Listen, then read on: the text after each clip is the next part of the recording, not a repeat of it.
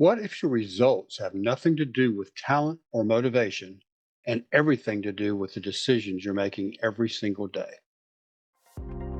Welcome to the Doing What You Know podcast. I'm Ray Thigpen. This show is about closing the gap between knowing what to do and actually doing it. Through real conversations, lived experience, and practical insight, we focus on mindset, growth, and becoming who you were created to be. Let's get into it. Welcome to episode 12 of the Doing What You Know podcast. I'm your host, Ray Thigpen. Today, I have a very special guest. I met this gentleman probably 30 years ago outside of a Precision Tune or a Jiffy Lube or one of those car maintenance places. His name is Bill Stovall. Bill's a very successful entrepreneur. He's been in sales for a long time. And of course, with that sales experience brings a great deal of knowledge for mindset and that type of thing. So without any further ado, Bill, welcome aboard. Well, thank you. Thank you so much for having me. And I remember that. I don't know that it was 30 years, but it was at least 25. It's been a long time ago. It's been good to know you all these years. Yeah. It changed a bit. I lost a little hair, turned a little grayer. We all do that, though. Well, except you don't lose any hair. And I don't dye mine. My beard has gotten gray, but hair not so much. It's just whatever reason. Some of those things we just don't control, right? Yeah. So, Bill, tell us a little bit about, I can remember you telling stories about doing door-to-door sales back in the day, before you got into direct sales where you were so successful. What got you into sales? Honest lack of options, probably. I think I was always a salesperson. I just didn't know it, right? So I was definitely, if you had how you have those things in school were voted most likely to succeed or voted most likely to run a circus or whatever it is. I would not have been voted most likely to much of anything. I did not do well in school. I didn't pay attention. I wouldn't say I was a class clown, but I definitely never, ever focused on school. In fact, I enjoyed the sixth grade so much I did that one twice. So maybe it was lack of options. I don't know. My mom used to tell me, because I still don't know I'm 60 now. And I still don't know what I want to do when I grow up. And I was struggling with that back when I was, a teenager. And my mom always told me, find something that you love to do so much, then you'll probably be so good at it, you'll make a lot of money. And that sounds like really good advice. I think now, looking back, it's terrible advice. You need to find what will get you from point A to point B in the least amount of time, right? And there's certainly some nuance to that. But if you find something that you're good at, something that you see progress in, the chances are you're going to enjoy doing it. And so anyway, I started out following her advice. And so I went, and the only thing I was good at, I had one good thing. I was good in art. And I don't know if you can see it, but that artwork on the wall, that stuff I drew. And it was a long time ago. I quit drawing. I did the last drawing up there is 1989. So it's been a while, but I was really better than average at that. So I went when I got out of high school, I went to the community college, never took English, never took math, didn't take science. I only took art classes, photography classes, and graphic design classes. And so I easily got a job as a graphic designer. And my mom was right. I loved it. My mom was wrong. I never made enough money to pay my bills. And I got married and one day realized at 27, oh my gosh, I have made a horrible mistake. I should have gone to college. I should have studied harder.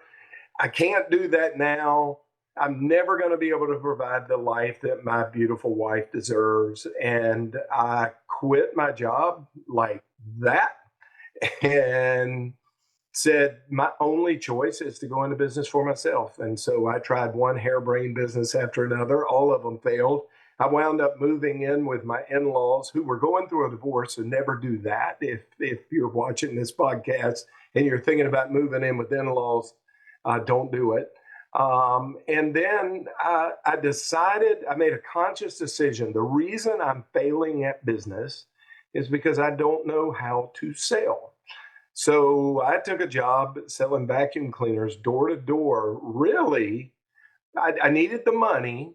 So it was money, but more than anything else, if I could learn to, they say if you sell a vacuum cleaner, you can sell anything. I don't know that that's true, but I went with it.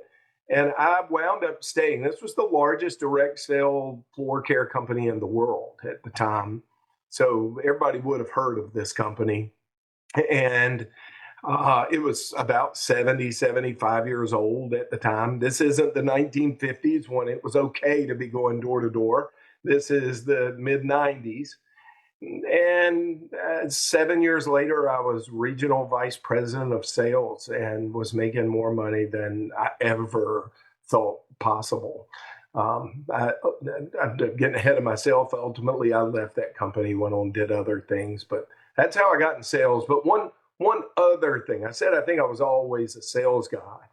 When I was in the sixth grade, yo-yos were really popular, and I noticed that people would forget their yo-yo and then wanted to borrow mine. So I saved up allowance and bought 25 yo-yos, and I'd bring them to school every day and rent them for a quarter. I was at a practice ball game at school, and they had a little concession stand. They weren't running it, so I bought some refreshments and I started selling at the stand, and I got in trouble for that. I sold candy at school and I got in trouble for that. And I remember arguing with the teacher or the principal because they threatened to suspend me for selling candy at school. And I'm like, you got to be kidding. There's people selling pot, right? I'm Right. selling coffee cup. Yeah, it's So, funny how I've talked to a lot of successful entrepreneurs, and the vast majority of them in their young, somewhere in the sixth grade, for example. In the sixth grade, I started mowing lawns one summer, going door to door and mowing lawns for 50 cents a yard, so I could save up enough money to buy a cassette player. I mean, that was before your time, probably, but a lot of entrepreneurs, they start out with that vision at an early age, and then it just blossoms, and then becoming the district sales manager of a door-to-door vacuum cleaner mhm, that nobody wants to sell vacuum cleaners door to yeah. door. And that's awesome that you're able to progress that way. And so then from the vacuum cleaner, how did you transition from that? Well, I quit for some integrity reasons. I was arguably, and I don't, want to sound like I'm bragging, but it was 2001. There were 9 regional vice presidents in North America, and I was number one, 2001, 2002, and number one by a long shot. I really had the system down and we were rolling. But we had gotten purchased and they were making some changes that I felt was really going to hurt the people that depended on me, looked up to me. I was managing 51 sales offices at my peak. And so I didn't want to quit. I felt like I had no choice. People were going to get hurt and I was going to be guilty by association. So I quit and I opened 3 offices that were a competitor. And to be honest with you, I was a bit burned out. I didn't really want to do it. I just felt like I know how to do this. This makes sense and I should. And I started losing money every single month. And I do not know how to quit. So I rode that all the way down to the financial bottom. So at age 39, despite the fact that I was making ridiculous income in 2000, 2001, 2002, my net worth was worse at age 39 than it was on the day I was born in 65. That was a tough thing to go through. Yeah, And so I went from that into the thing that knew me for, but that was the transition was a little bit tough. sure. Yeah. So the thing that I know you for involved a lot more people on a more personal level, I think. I mean, I don't know what you went through with the sales with the vacuum cleaner business, but I know for a fact that in this particular endeavor, you spoke in front of huge audiences, uh, giving both trainings and motivational type speeches. That takes a huge mindset shift in my mind to go from a door-to-door salesman working one-on-one with a customer to in front of an audience of thousands of people, literally pouring your heart out and telling people this is how I've did something and this is how you can do it if you follow my way. How about explain a little bit about what goes into developing that mindset to be able to speak in front of a large audience and to be able to teach and train um, from the heart or from the experience or exactly what that thought process is? Well, I love that question. And so it was not a sudden shift. So I started selling vacuum cleaners in April of 1993 on my 28th birthday. And I sold for 3 months and then I was placed into management. So that company had roughly 600 corporately owned physical locations where salespeople would come meet in the morning and get their marching orders and get pumped up and then go out. Now, of course, 3 months into this, when they gave me my own sales office, I got there and scratched my head, looked around, and it was just me. So I had to recruit everybody that would later be selling. And so 6 days a week, even back then in 93, I start off with one person, then two people, then five people, then 10 people, and ultimately 25 or 30 people that are coming in every morning for an 8 o'clock morning meeting. And my income is going to be made in that 30 minutes of can I get these people excited to go out and beat on doors and demonstrate vacuum cleaners. And once that was done, my day was really done. We had a lot of turnover, so obviously I'm interviewing and training, but I've had to transition from me going out and selling to inspiring other people to go out and sell. Now, I never stopped. It became less frequent because I would always go show off so that people knew that I was authentic. I'd go out with them about once a month and still be nervous to go beat on a door, but they're all watching me. So, it wasn't quite as hard. At what point in time when you were this manager and you were nervous knocking on the door, how long had you been doing this? Oh, yeah, it never went away. I'm So you, still, you said that you've seen me get up and speak in front of thousands of people. My heart is beating in my throat when I do that. I think I've just gotten practiced enough that I can camouflage it and you don't see it. For me, that never went away. I just do it anyway, but I still get nervous and the adrenaline comes pouring and it feels like I'm going to die. And then it eases off in 90 seconds or so, and I start being able to breathe, and and then I get in the swing of it. So I never enjoyed knocking on doors. I never enjoyed making cold calls and over the phone.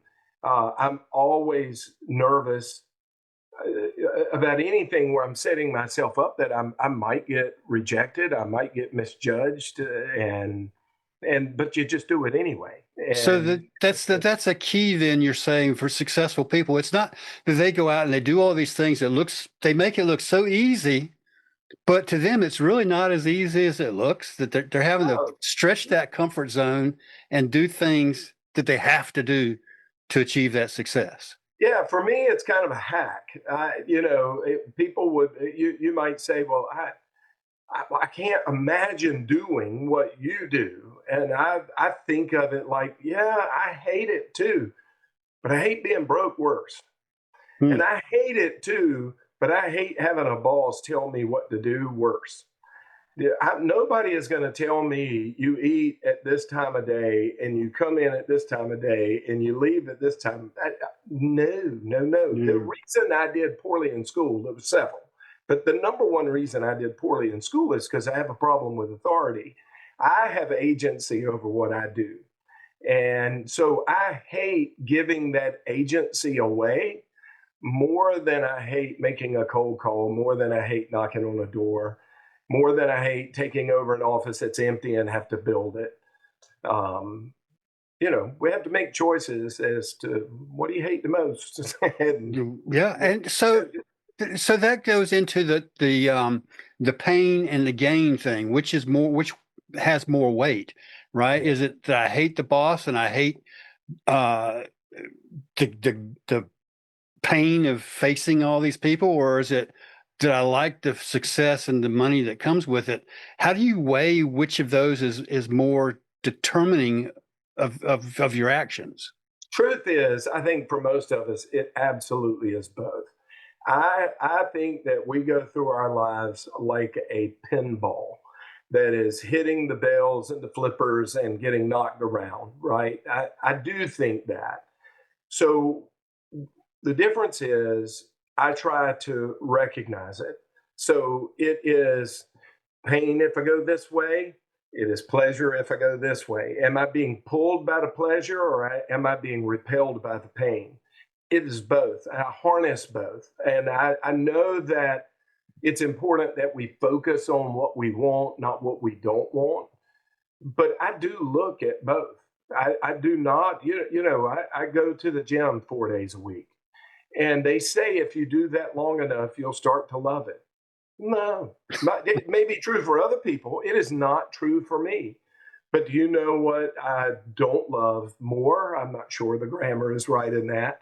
I don't love the idea of being sick. I don't love the idea of walking across the room when I'm 78 and I break a hip and people say he fell and broke his hip. No, he broke his hip and fell.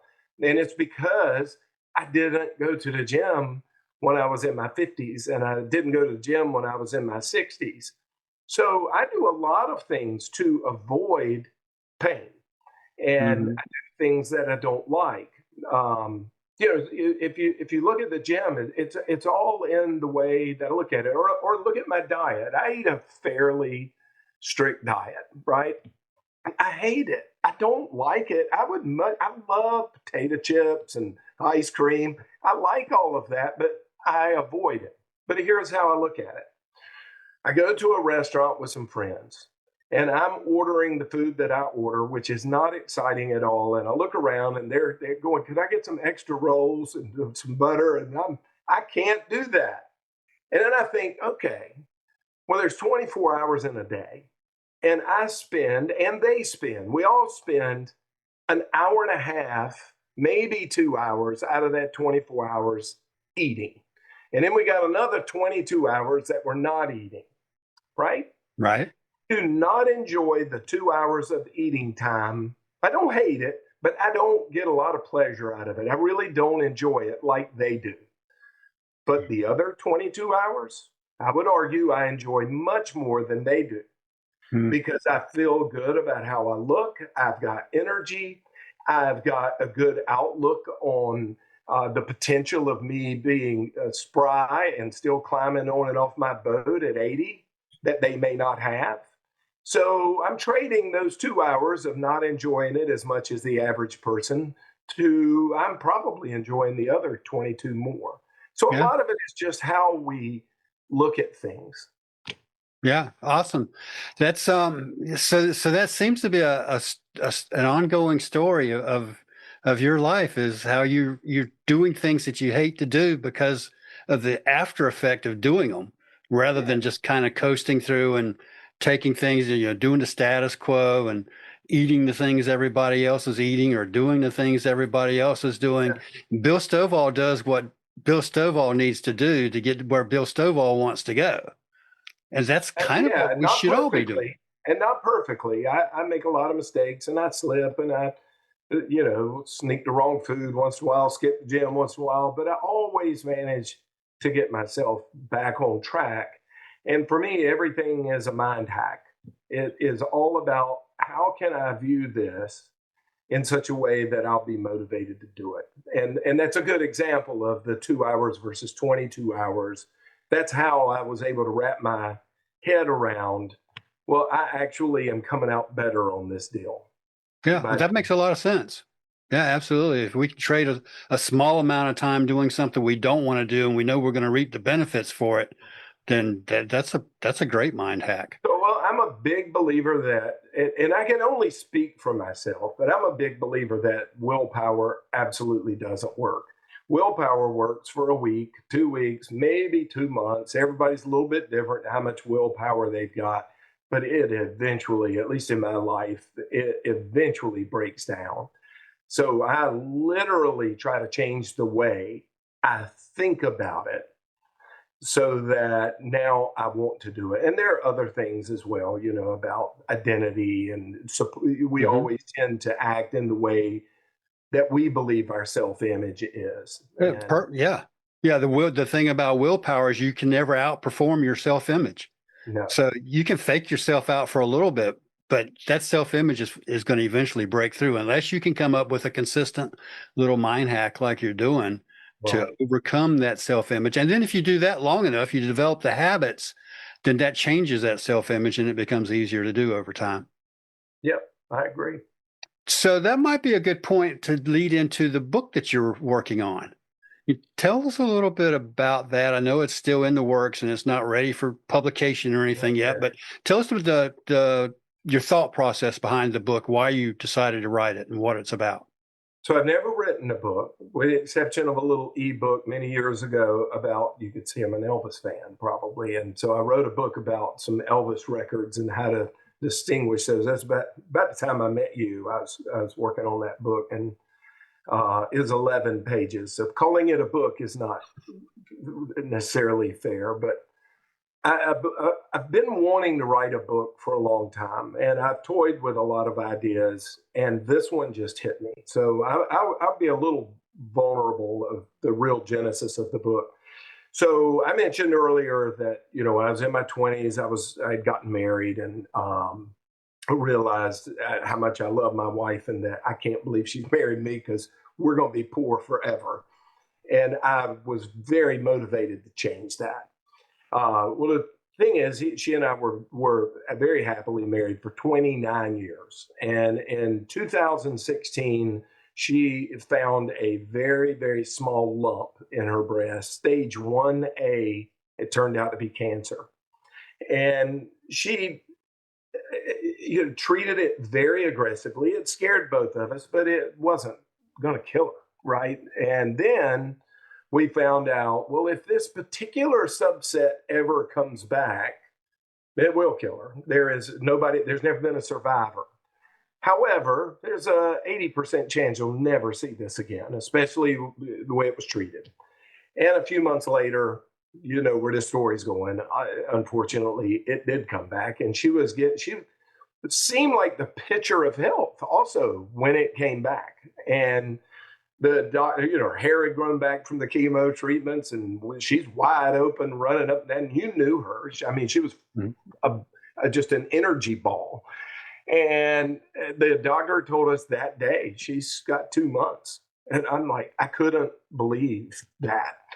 Anyway, she lived 20 months. And fortunately, I'd built up a residual type sales business. And so I was able to just kind of put that on the back burner, and I focused on her. And I took her to a bunch of clinical trials. And so we were busy with that. But I wanted her to enjoy her life. Okay. Well, if she's only going to make it to 49 years old, and she made it just past her 50th birthday, let's see if we can get the amount of vacations that we would have gotten if she had lived to be 80.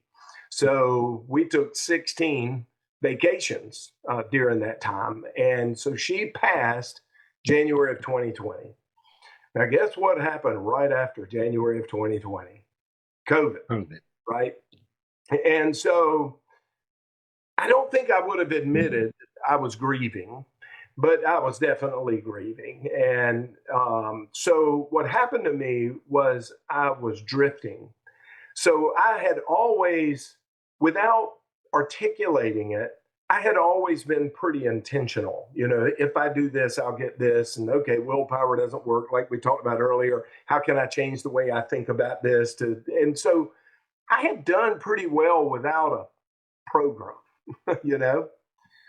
Well, during drift time. And I spent, honestly, a few years after she died and kind of during her last few months, just being lost, just drifting.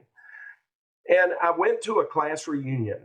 Well, before I went to the class reunion, I went, so my son and I play music, and there was a band playing that I wanted to see, just a kind semi-local band.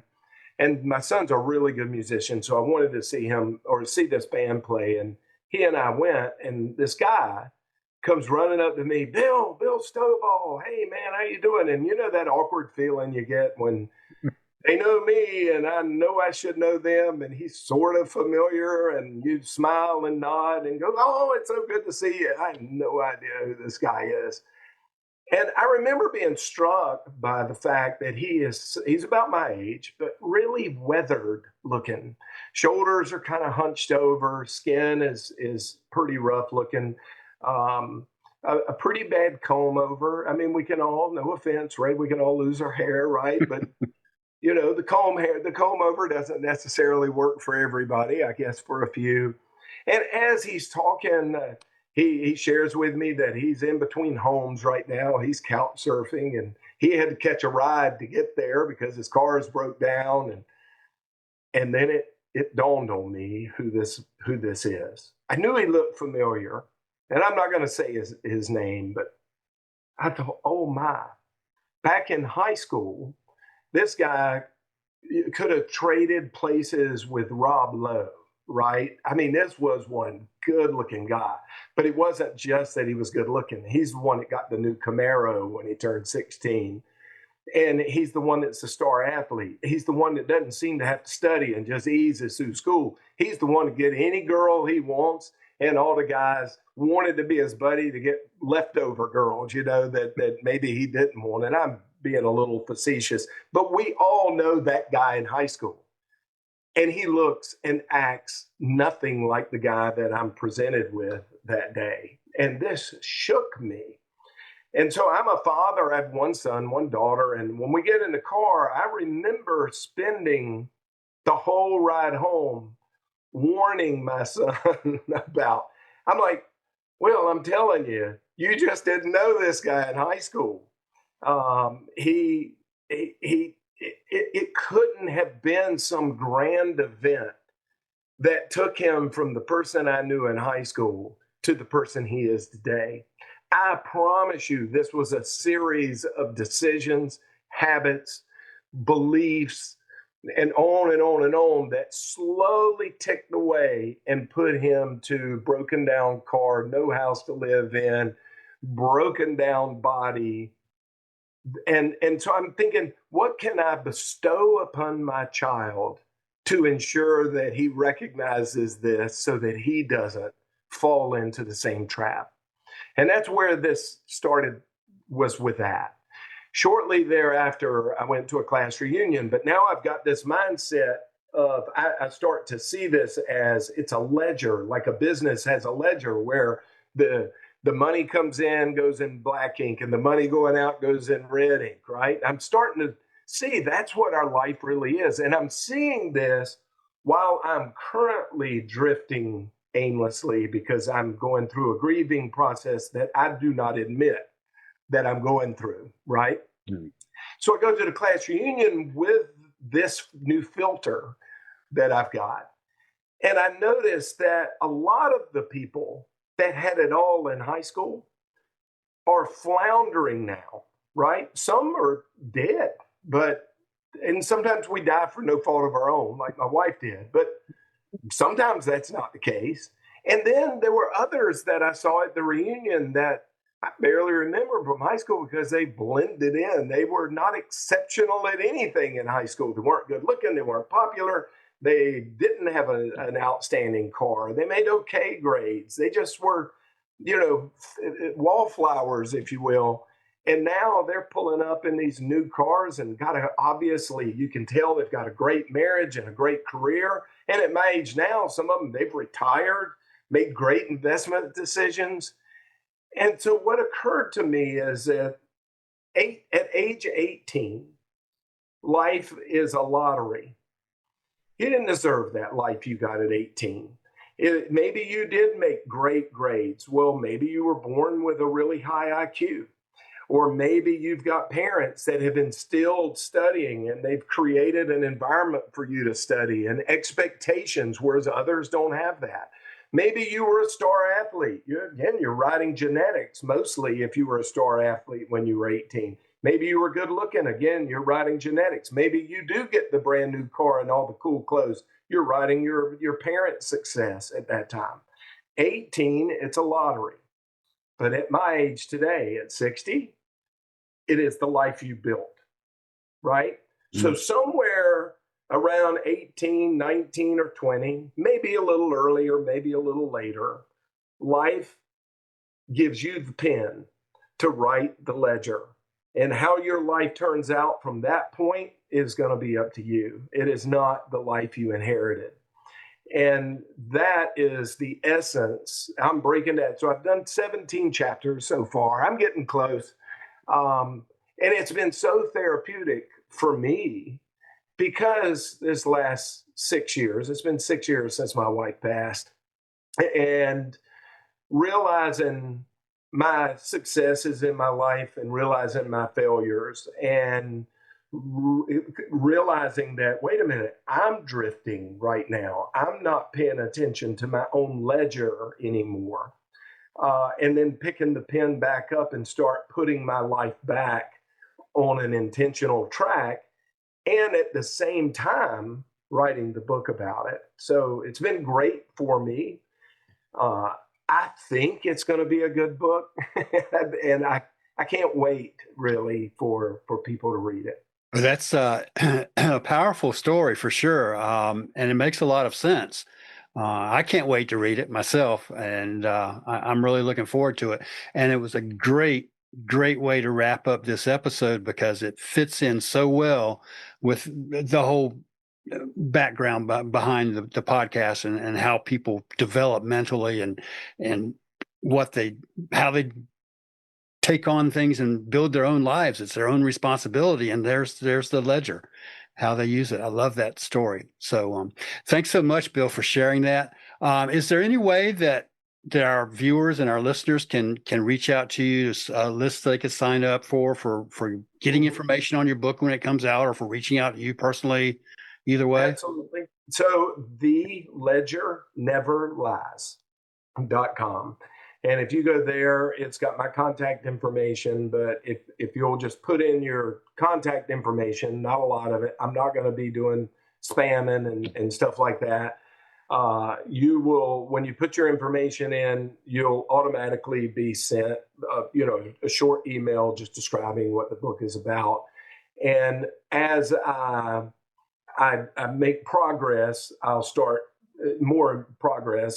sending out some updates about it. And also then those people will know when the book is finally finished and published and ready. And I'm shooting for June. Awesome. We'll see. Again, it's my first time doing this, and I'm doing it myself, and to get it, through Amazon. I actually am looking forward to some guidance from you. Awesome. Yeah. Exactly how to get that done. We've been there for sure. I'm absolutely looking forward to it. The Ledger Never Lies by Bill Stovall. theledgerneverlies.com for your contact information.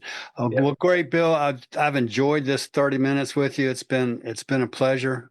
You've dropped a ton of nuggets that the audience is going to love, and I'm expecting to hear a lot of great feedback from this particular episode. So again, thanks for taking the time to come on. My pleasure, and thank you so much for inviting me. Right. Thanks. Growth happens when knowledge turns into action.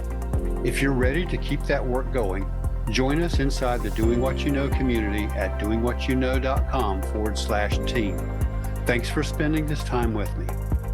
Until next time, keep doing what you know.